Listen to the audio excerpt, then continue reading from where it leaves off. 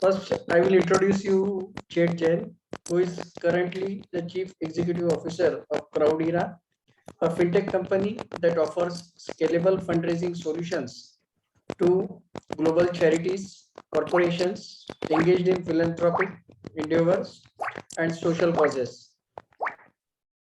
Crowdera also offers free crowdfunding for individuals and free donation websites to underprivileged charities via growcrowdera.com, a world's first truly free multi-tier and peer-to-peer crowdfunding platform. Chet is an established entrepreneur, investor, and social change maker with a tremendous passion for technology. He acts as an advisor to multiple startups and communities and is a major proponent of creating a giving economy. I think with this much introduction of Chet, you all will be interested in throwing your questions to him.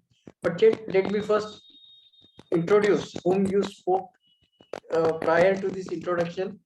He was Mr. N. Vijay Shankar, chairperson, FDPPI, and this whole lot of data professionals in India are bonded together with the love and affection to our chairperson, Mr. N. Vijay Shankar. So he was Navi who was speaking with you regarding this particular previous idea. And now, friends, we will start our session with Chet. And this particular session, what we have titled is that is crowdfunding and what are our data protection or crowdfunding venture and data protection. So as it has suggested, we will start this particular session right from interactive session or I have shared Mahendra, is it me or I'm losing you? I don't know if it's my internet, yours. No, I think your this thing is fine. I think Lemay's the connection was for your reference, which you can answer. So we will start first. If you want to have some opening remarks, you are most welcome. Sure, I could not hear 100%, but I'll definitely take a few moments to talk about what we do, and then I'll slowly transition into value of data into the space.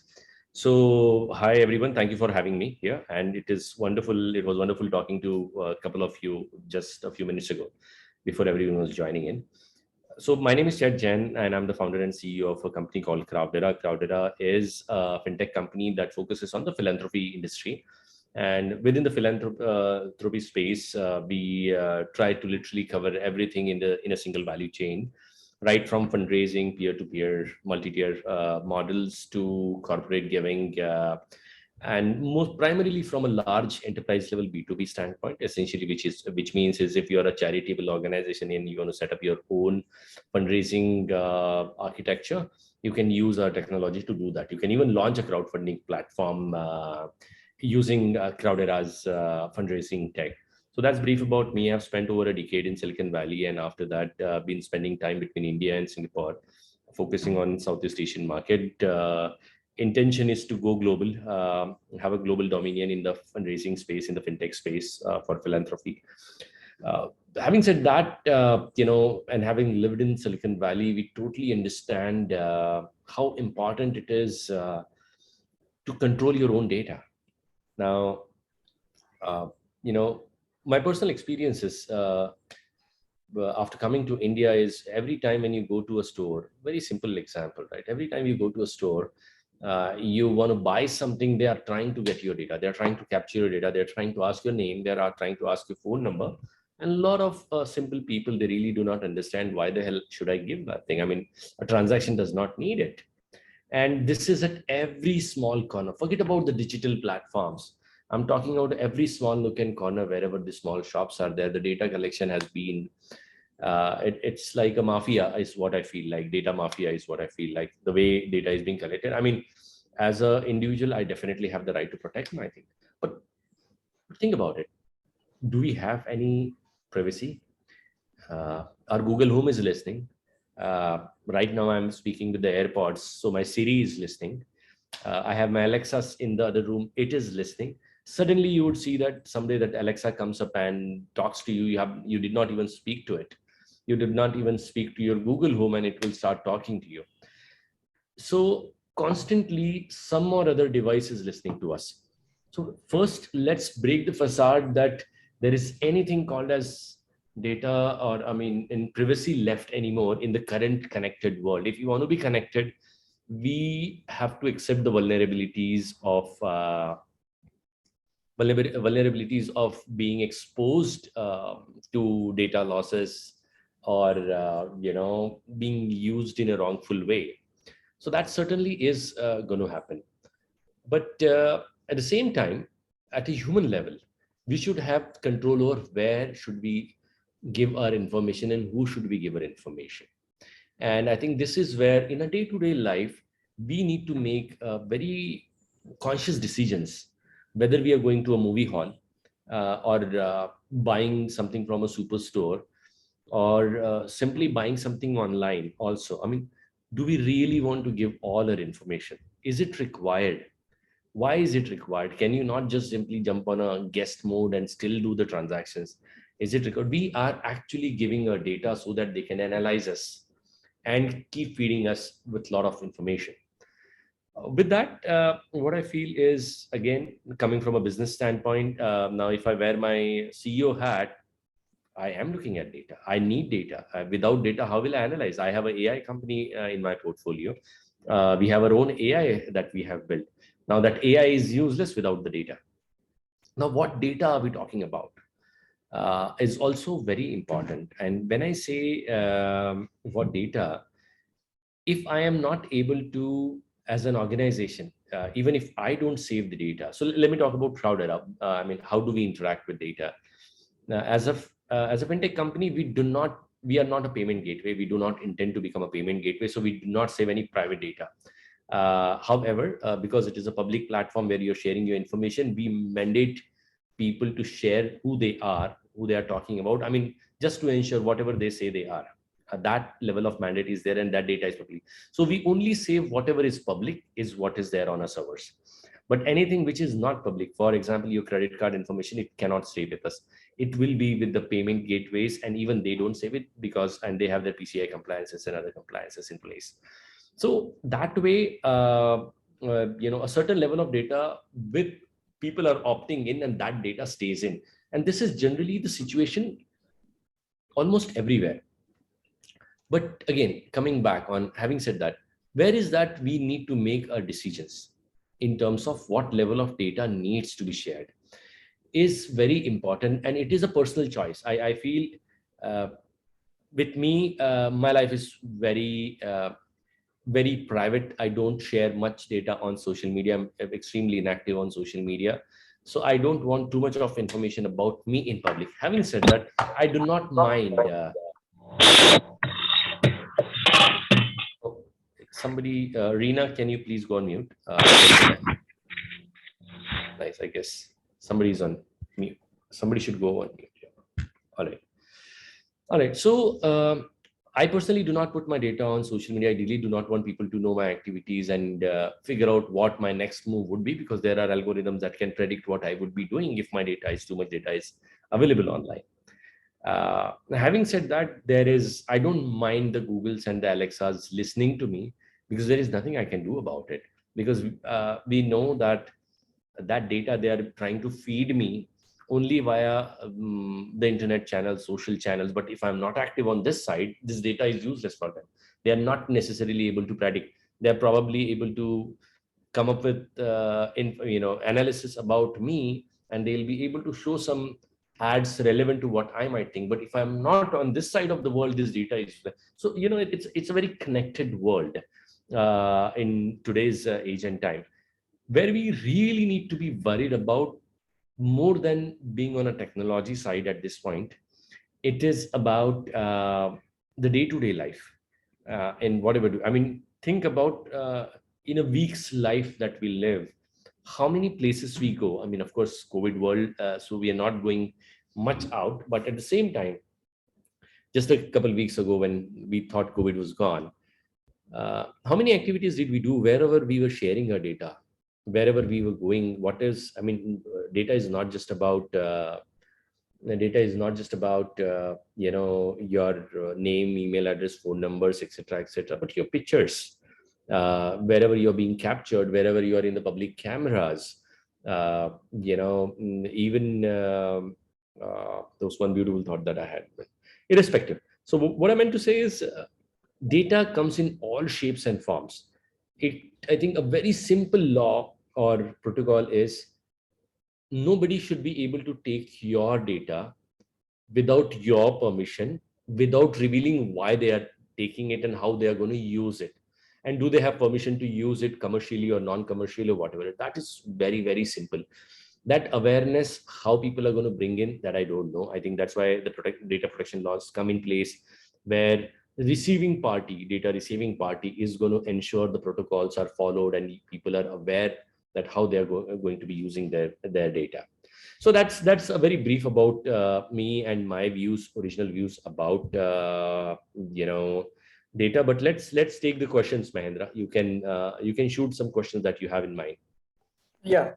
So with this much background, first we will like to understand which sort of companies or which sort of crowdfunding or crowd raising activities were handled by your platform, so that participants can understand what sort of data could have been shared through this sort of crowdsourcing platform or crowdfunding platforms, and they can build on this particular information, that whether that data which is available either with the company or the beneficiary of your platform, means in a way the platform is acting as an intermediary, or it is providing some sort of, say, leverage to meet the needy person and the person. But this information wants money, and the information about who pays for them is, in our understanding, platform, that is organizations like you. So how much protection or precaution do you suppose, or responsibilities of such kind of platforms is in this particular scenario? And first we will like to understand which companies have utilized your platform for raising or for their cause. They have used your platform, so that will give more idea about crowd era. Okay, so now I have a lot of questions combined in one, so I'll try to address one at a time. So if I understand the question correctly, number one, you wanted to understand what kind of actions take place on our platform and that the connection to data, what users should be aware. Second, you mentioned what kind of organizations are using our platform. These are the two, if I have to bucket your questions into, is that right? Very true, very true. Okay, okay. So let me address the first piece, and then I'll come to what kind of organization. So first, coming to the first question that we have. In the fundraising space, I'll talk overall fundraising, not just crowdfunding. Crowdfunding is a small piece, which is like one page and a bunch of people coming in, contributing to a cause. I'll talk about overall fundraising. Could be a peer-to-peer model, could be a monthly giving model or whatever, right? So there are primarily two different stakeholders, majorly, and rather three if you consider us as a platform. One is the donor, second is a fundraiser, and third is us as a platform. Then peripherally, if you look at it, then there are social media platforms, then there are who are talking to our platforms, then there are payment gateways which are talking to our platforms. So technically, and if you use any CRM, then there are CRMs also that are talking to a platform. So these are all the areas where the data can be playing. So where organizations like Crowdera should do, so that there are certain things that we generally do. I can talk about us, I can't talk about others. We do have a strict policy. Number one, this is from a business angle, that if you are a fundraiser, an X organization which is using some core product where you can control your own data. For example, if we are helping Akshay Patra to set up their own crowdfunding platform, Nurture Dreams, their data is exclusively theirs. They are on their own servers, although they are using our technology, but their data is not even saved with us. So their data is absolutely controlled by whatever their data they are capturing. or Habitat or any other organization that we are doing, versus some people doing, raising money on the public crowdfunding platform that we have. Now that is public information. They are feeding in the information in the public domain, whether it is a donor or it is a fundraiser. Donors have a choice to become anonymous. If they say they want to be anonymous, their data will not be shown in public, but their data will still be shown to the fundraisers, because they have to do the compliances. Compliance is the core, most important piece is compliance in this overall game, especially in the charity fundraising space. So the data that donors have to give because of the Indian laws for the compliances is their name, email address, phone number, and sometimes address as well, because that is required by the charitable organizations to process the receipts, etc., etc., etc.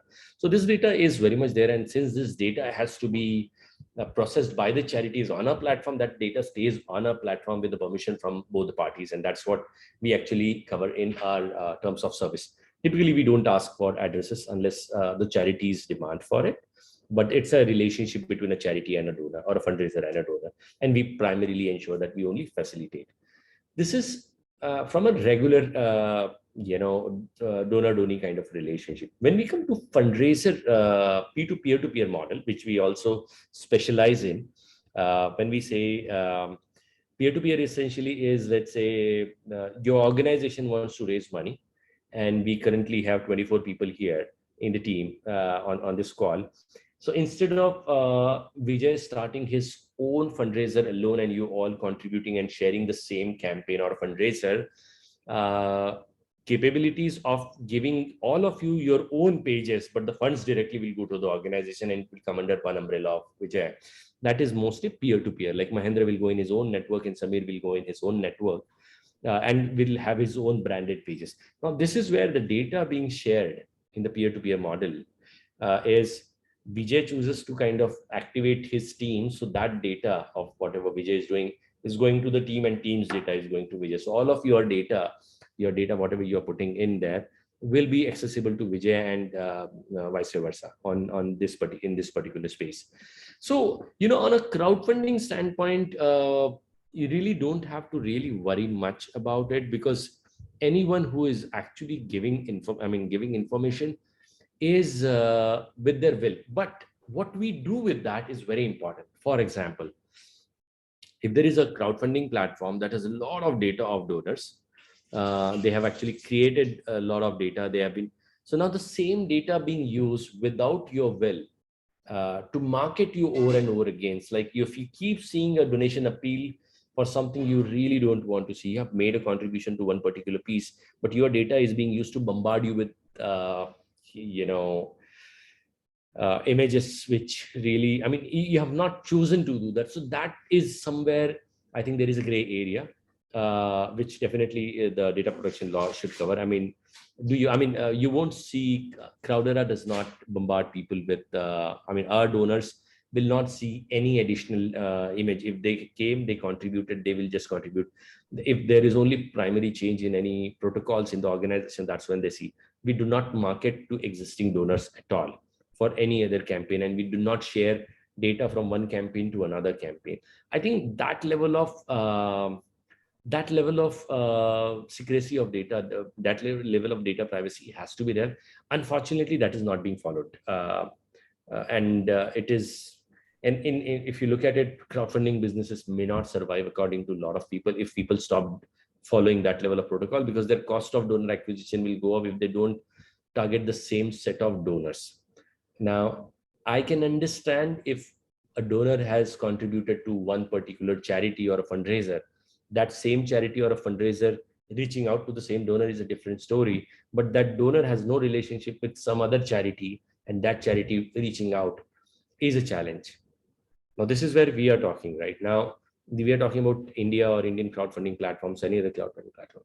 I just had a chat with one of the largest data providers, and they are in the business of data sharing, and everything primarily is public data. There is a lot of public data available about people, like what company this guy sold recently, did he contribute to any other campaign recently publicly, and that data is analyzed, and based on that data, his wealth, doing their wealth screening, his paying capacity and his intent is identified, and based on that, this fellow is very much willing to contribute at this point of time, bombard him with the information or reach him out.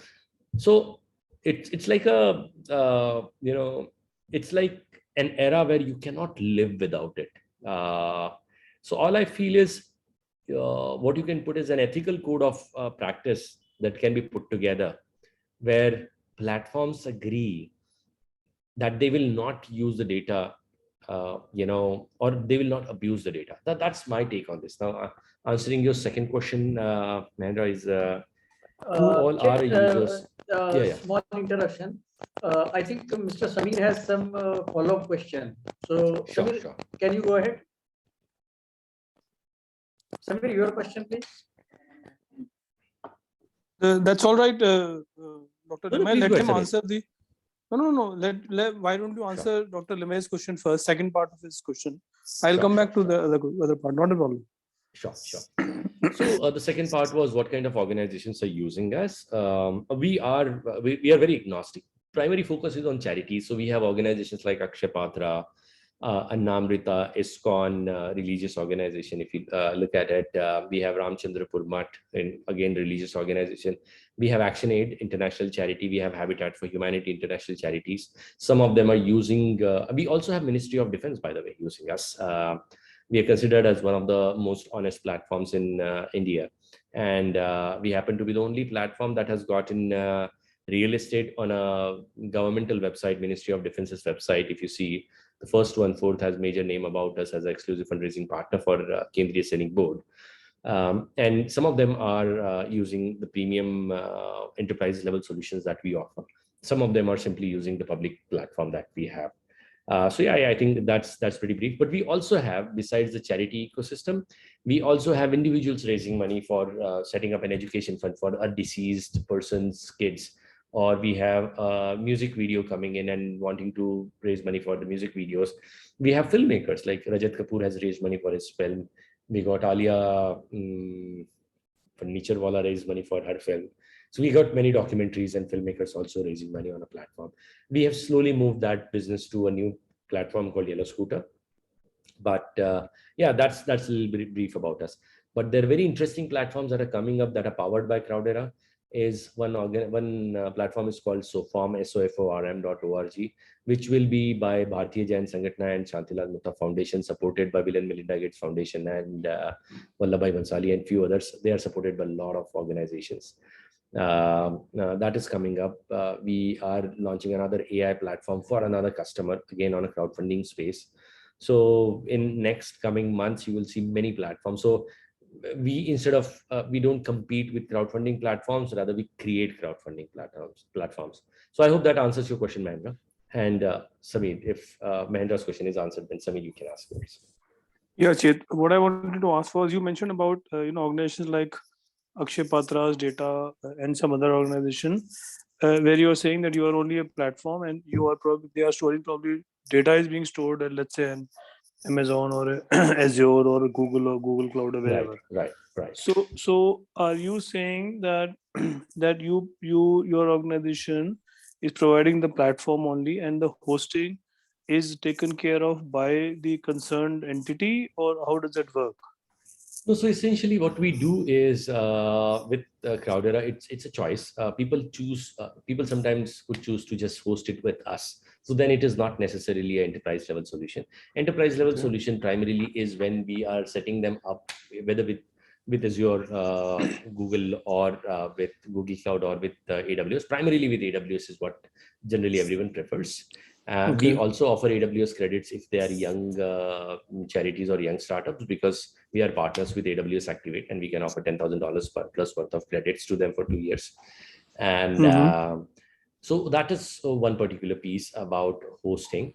We have a base product that we do. That base product is configured for them, and they get a base multi-tier fundraising, peer-to-peer fundraising platform that is empowered with literally everything, including AI-powered payments. AI-powered, again, it analyzes the data. Like if you are using an iPhone 13 and from South Bombay, the system will probably know that your paying capacity is much higher, And if you have spent a lot of time on the campaign page, it will also know your intent is to donate. Then it will show you higher amounts instead of showing you lower amounts. So your minimum denomination may start from like 5,000, 10,000 rupees and go up to 2 lakh rupees. Versus if somebody is using a small, Android from some part of Amravati, Akola, not necessarily mapped well, there the contribution, because it's, you cannot really judge there, so you can see a contribution starting with like 100 rupees and go up to like 20,000 rupees. So that way systems analyze. So all of this we have by default as a configuration that we offer. Once this configuration is done, this is a base level platform that everyone gets. Front end we customize for them if they want to, otherwise it can be simply configurable. But a lot of people want customizations into their systems. For example, Habitat for Humanity is only using it for school fundraising right now. Nurture Dreams, Akshay Patra is only using it for school fundraising right now. Versus SOFOM is becoming a full-fledged platform that will do primarily for COVID-free village and TB-free villages kind of platforms that they're going to do. So yeah, I hope that answers. Okay, yeah, it does. Actually, you raised another point of a person from South Mumbai versus a person from Amravati. So actually, that does raise some questions on using AI from ethical point of view. I don't know how you consider that, but you mentioned actually, about that's what I iPhone. said. Yeah. That's what I said. When we are talking about it from a business standpoint, when I wear a CEO's hat, I need to ensure how do I grow my business. When it's even if I'm a charity. So think about it. Charity is a very thankless job. A lot of people are doing charities. You guys are running a charity right now, right? And raising money for this thing is, you have a lot of no's. So how will you optimize your efforts in going to people who actually have intent to pay and and paying capacity? What if you are knocking the doors with people who really do not have money or the paying capacity? How are you going to judge that? So if you look at it from that perspective, AI is doing that. And what AI is doing is primarily based on your public data. So if there is public data, it is public data, and public can potentially analyze that data and come up with their own analysis. So I personally do not feel there is anything wrong for organizations to do that. What I feel like is, what is more important is, for example, my public data is not much available. I mean, I don't put everything on social media, Twitter, Facebook, LinkedIn, hardly any post. So people would not know if I have contributed. I may have made like 75 donations in last 6 months. And when I went to iWave, which is one of the largest data company, and asked them to look me up, they could not look up anything about me. So I consciously chose not to put my giving information publicly or my activity publicly. So I think this is where people have to be awareness. I think the largest and the biggest goal that any organization like yours should have is, of course, creating policies is one, but there will be public data. And if there is public data available, anyone can do anything with the public data. I mean, not masking the data, but analyzing the data. And no law in any part of the world has ever been has ever stopped any organization to analyze it, and should not do that. It's about, at a human level, where should we stop in terms of where do we share our information? What do we do? I mean, nobody knows what car I drive. Nobody knows where I live. I never tag my location if I do anything. So I think this is where, and I think more worry is about the next generation that we're talking, not the millennials. I think millennials also doing it, but Generation Z, kids in their 20s right now, right? Their teens and 20s, they are exposed. They are thoroughly exposed. We are done. I think we still know a lot of things, right? But people are exposed. Second, people in rural India are extremely exposed. I mean, Aadhaar card is being shared like crazy. I mean, Aadhaar is supposed to be a social security card, right? And everyone is carrying their Aadhaar card in their wallet, and everyone is asking Aadhaar card as an identity without any secure system to share that number. I mean, why not? Why can't people only use the last 4 digits of Aadhaar card and process the information? That kind of awareness is not there amongst users, even among so-called IT professionals, that kind of awareness is not there. No, it's Coming, not there. And coming back to systems your are also point, not there, Samir. Sorry, systems I'm also, interrupting, but there are no systems. So correct, if correct, you talk about a telephone operator who's providing SIM cards and he has to get the data, right? He doesn't care. He'll just scan your Aadhaar card, etc. Why can't he have a system which is done by the government or somebody, body like yours, where there is a repository, he's only entering the last 4 digits and he's mapping the information with the public data? Could be their like you have electricity in bill. credit cards, like you have credit cards, last 3-4 Exactly. digits. Like last 4 digits, like So, my social yeah, please go Chet, ahead. coming back to your point, if that fellow in South Mumbai and Amravati had they not got their location on, then your treatment of them would have been different, right? Yeah, of course, of course. Then See, you would never known. Oh, yeah, so if you are, I mean, again, so we would still that's know what it. I'm saying from privacy point of view. From privacy point of view, this is a very, very large. I mean, this is a different discussion. Nothing to convert, connection with today's discussion. That's what I'm talking of using AI ethically. So if you were to talk to AI professionals in the ethical field, you mentioned for AI for humanity.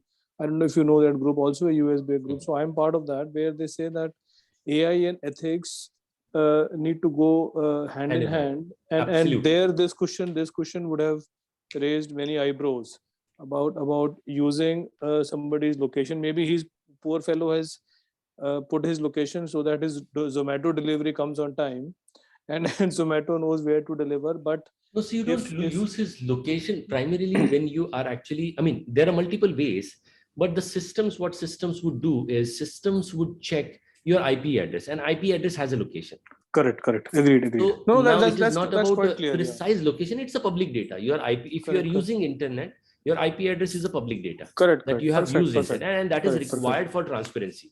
Now, based on the IP address, that location can be identified. In fact, I'll tell you, there was an app that I recently discovered where every place on the world can be mapped in 3 words. So they actually you put that any place, and it will just use 3 words, and that is your address.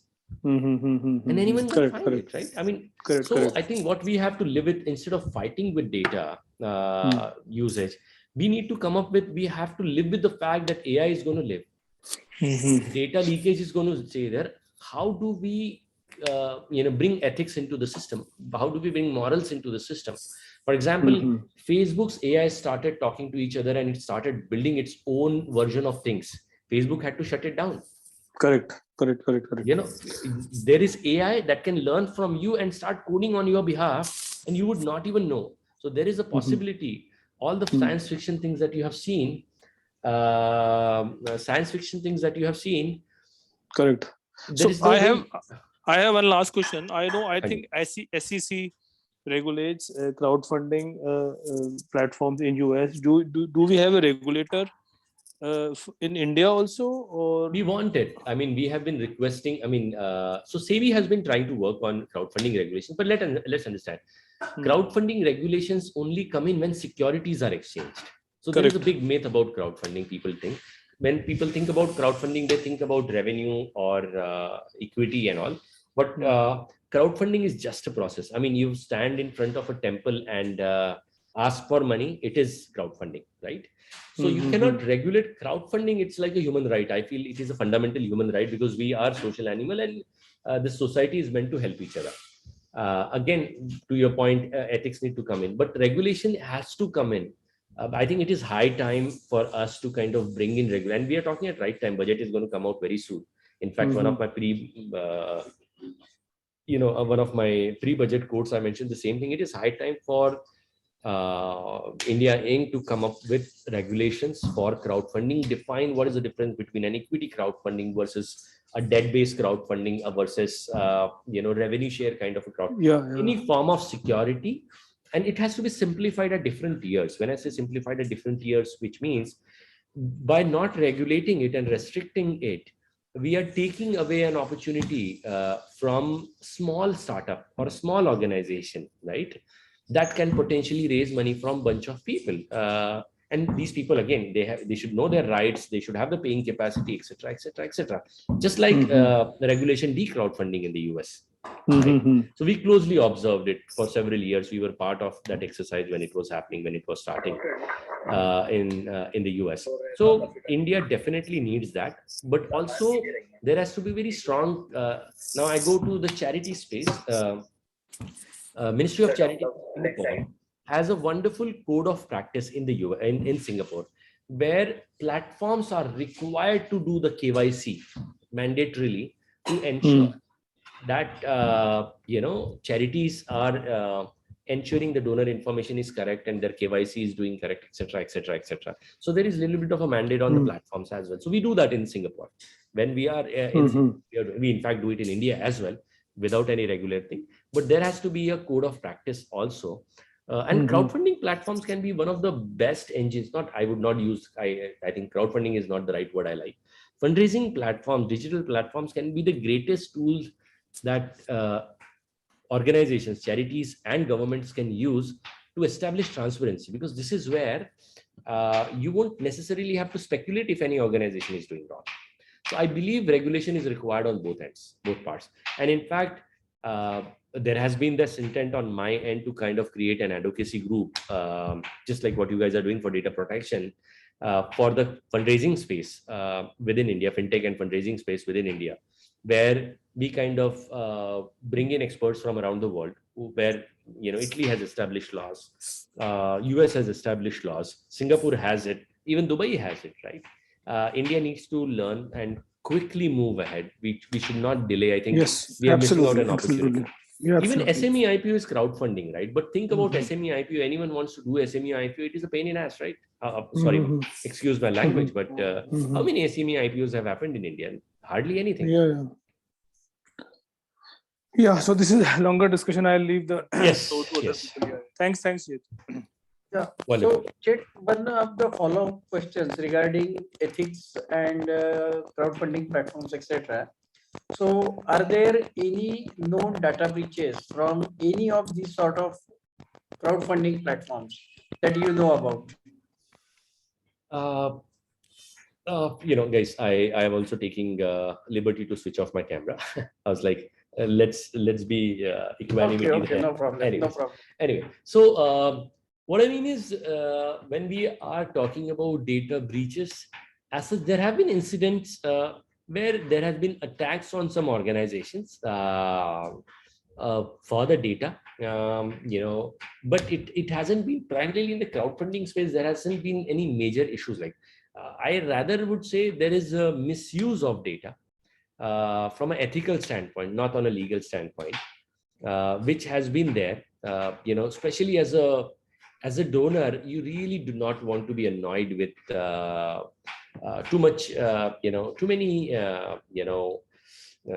appeals that you end up seeing. It has to be very logical. It has to be it has to be aligned with me. That's why I want AI. That if I like to contribute to a cause that I personally connect with, I would love to see that, not something which is randomly coming in and which is against the systems also. If you are showing me who is totally not interested and add 7 times, 8 times, which essentially is, this is a loss. You don't know who you are showing this ad to. And this is an most like unethical practice, I would say. But to answer your question, I do not see any data breaches as such. I have not heard about it, but the practice wise, yes, I think there are questionable practices that some organizations are doing. I would not like to mention anyone's name. Okay.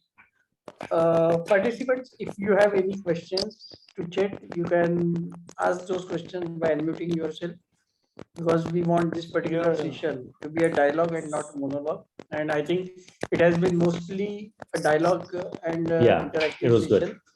So those who have their questions, please ask. So Chetan, this is Meena Lal here. I have a question. You see, somebody who uses your platform, which you said is publicly available, and it could be a free fundraising program also. Is it a GST? Slightly a commercial question. Is it a GSTable service? How does India see it from the point of view of GST? So now my service, if you talk about our service, so if there is a payment gateway fee being processed, there is a GST applicable on that payment gateway fee. But to just make it easy for people, we are the only platform in India, if you look at it, that includes GST in that. So we do the reverse calculation to ensure that fundraisers really do not have to worry about it. It's a big hassle if fundraisers have to do that. Yeah. Now, if as a beneficiary, you are a for-profit organization, that is an income coming to you. It is not it is because it's not a service that you have offered. It is a contribution. So it is not GST applicable. That's my thought. I'm not an expert, but of course CAs would be in a better position to answer, but nowhere in the world GST is applicable on the contributions you receive via crowdfunding. I see. Okay. The other question that I had is, you spoke about, the Ministry of Defense also has used some of your platforms, and in some sense they are your clients. So I was wanting to ask, is there a benchmark available in all the fundraising platforms? How does a person decide about the quality? I mean, if there are several codes, how does the person decide the quality? So we always call ourselves as the of course, the best. product that you... We always call ourselves as the Yeah, best. that I'm sure. But having said that, an unbiased answer would be, see, number one, what is the purpose? It depends, right? One is, do you have capabilities to drive it by yourself, right? You really do not need help, except for a little bit of a tech know-how, etc., etc. So that's one particular piece.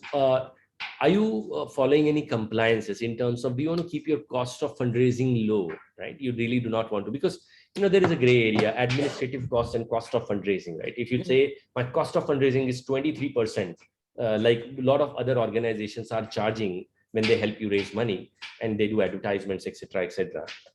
They hold your money for some time, etc., as well. But at the same time, then you have your admin costs. What if your auditors say that your admin and this one is going around 50%, which is not eligible, which is not applicable? So what you essentially need to find out is, number one, what is the overall cost of course? What is the support? Handholding is extremely important.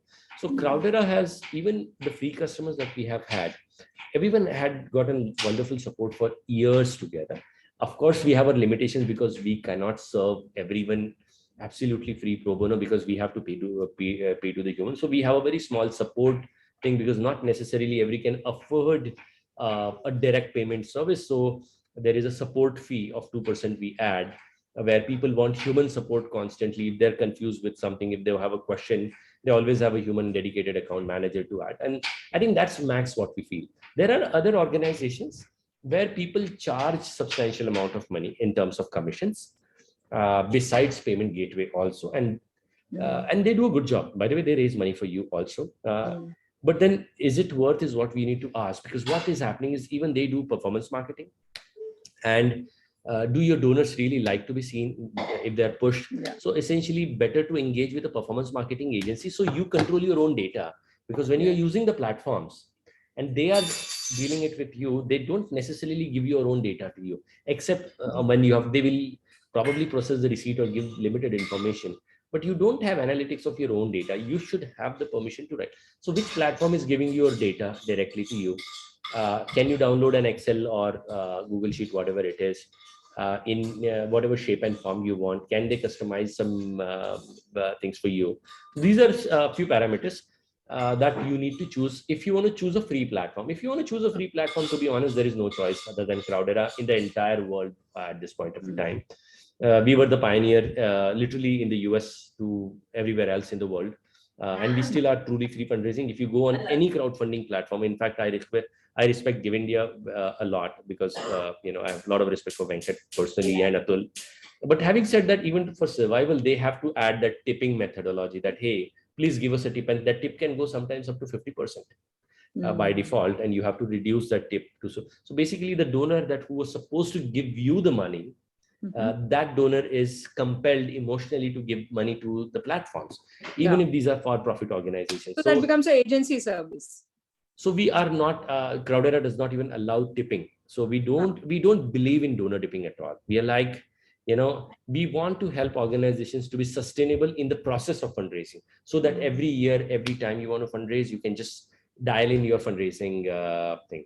Guys, sorry, but I may have a hard stop at 7:55 or 7:57-ish. But yeah, just FYI. But I hope that answers your question, Meena. Yeah, that does. Thank you. Wonderful. And, for this forum, because we are here, if any of you want anything from Crowdera, whether it is free or premium solutions, because we have had this session, and I think it's a wonderful partnership that we would love to have, Vijay. I will try to create some special offering for followers of your organization, so they can reap some benefits by our partnership here. So and Mahindra remind me to do this thing. I'll put somebody from my team to kind of come up with some good partnership offering here. Yeah, that's wonderful gesture, Jet, from your end. Any other participants, if they want to ask question, they are welcome. No, I think questions. There are no more questions, at least in the chat. Or all right, so wonderful then. It's like, let's, I think, okay, wrap up. Yeah, then first I'll take this opportunity to thank Chet for this wonderful session and sharing this totally new concept to FDPPI, and I hope many members will start working out on whatever offer which is provided by Chet for their individual ventures also, because most of the associated members are professionals in their individual capacity. So they will be definitely thinking on this particular concept. And I sincerely thank Chet for his wonderful interaction and sharing the in and outs of the crowdfunding platform, how they manage data, how data is being protected by them, and what laws are genuinely needed in this particular space, which is still a gray area. Navi sir, if you have any closing words, you are welcome, or then we can wrap the session. Oh, thank you, Mr. Jain. It was a wonderful introduction to this particular topic. I have been a merchant banker in the olden days when there was retail marketing of public. So something like what you were mentioning, the SME IPOs, we used to handle in the sense that 60 lakhs was the IPO amount we used to raise. Oh, wow. So, okay, and that would be contributed by at that time the issues would be oversubscribed by 100 times, 200 times. Okay, so I used to personally supervise an all India survey of forecasting the investment preferences. We used to calculate an index, monthly index of next month. Public are likely to invest so much for this particular industry, that particular industry, kind of a thing, and we were converting it into actually the pricing model also. What should be the pricing kind of a thing. So afterwards, of course, that market died because of the change in the SEBI regulations, where it became a more play of high net worth individuals. I think what you have been talking of now, I am seeing that we are coming back to that golden. Going back to the original thing. I think we had it and we lost it. I think yeah, we had it and lost it. We need little bit more control in that, but at the same time, I mean, we are losing opportunities. Trust me, there are. I mean, I see maybe 20 proposals in a month, and I do not have bandwidth to invest. Probably I would invest once in 3 months in something. So all of these people are losing, and there are some wonderful things, but then it's not a fit. So if there is crowdfunding available, so we help our startups also on a platform, but then we ask them to convert it to reward-based crowdfunding instead of equity, so that way they can get more customers and test out with the customers. Anyway, so guys, thank you so much for having me. Sorry, I have a hard stop, so I'll have to kind of take your leave. But it was wonderful. Yes, Vijay, sorry, you wanted to say something. Thank you. Thank you, and also for the offer which you said that for our members to do something. Okay, we will definitely. Within the next 24 hours, you will have that. Yeah. Thank you. Thank you, Chet. Everyone. Thank you.